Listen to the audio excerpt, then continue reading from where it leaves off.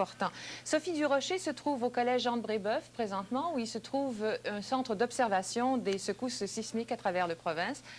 Sophie, bonsoir. Bonsoir. Et Sophie, donc, historiquement, ici au Québec, c'est pas la première fois que ça se produit de telles secousses. Non, en effet, je me trouve ici au centre d'observation du Collège Jean de Brébeuf avec le père Pierre Gouin, qui est lui-même un spécialiste de l'histoire des tremblements de terre au Québec.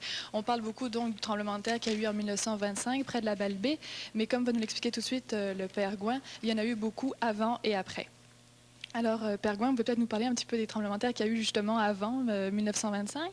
Le premier tremblement de terre qui a été rapporté, ressenti au Canada, a été le 5 février 1663. C'était dans la région de Charlevoix.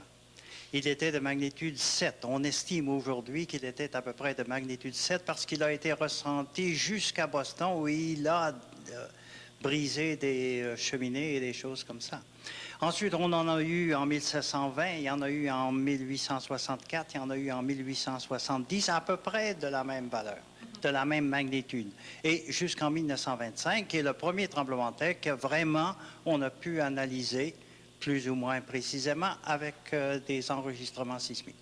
Ensuite, il y en a eu donc un autre important en 1944, auquel vous avez vous-même assisté d'ailleurs. Il y en a eu un en 1935 à Témiscamingue et celui de 1944 qui était près de Cornwall et qui a fait plusieurs millions de dommages à Cornwall même.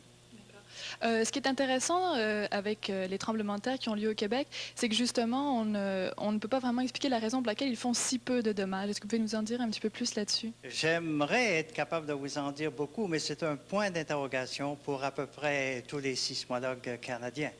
La propagation est très bonne sur le sol canadien et dans tout l'Est de l'Amérique, mais par contre, les dommages sont toujours très faibles. Celui de 1663, par exemple, c'est vrai qu'il n'y avait presque pas de population au Canada en 1663, mais il était de magnitude 7. Il y a eu beaucoup de glissements de terrain. Le fleuve a été blanc et de boue pendant des mois et des mois.